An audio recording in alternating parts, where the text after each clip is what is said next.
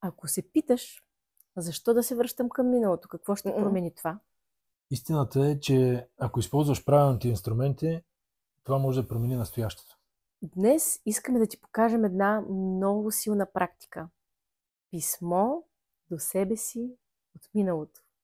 Когато пишем това писмо, ние не просто се връщаме в спомените си. Ние се връщаме там, където не сме били разбрани от себе си или от околните. Там, където сме били сами или оплашени, или се обвиняваме вече с години. И когато в това минало изпратим любов, разбиране, прошка, ние се освобождаваме и в настоящето. Защото днес често живеем през рани, които дори не осъзнаваме. Повтаряме стари модели, страхуваме се от несъществуващи чудовища. С две думи, ние бягаме от себе си. Това писмо не са просто думи. То е лекарство. Трябва да запомним, когато лекуваме миналото, ние лекуваме настоящето. Подготовката, която ни е необходима.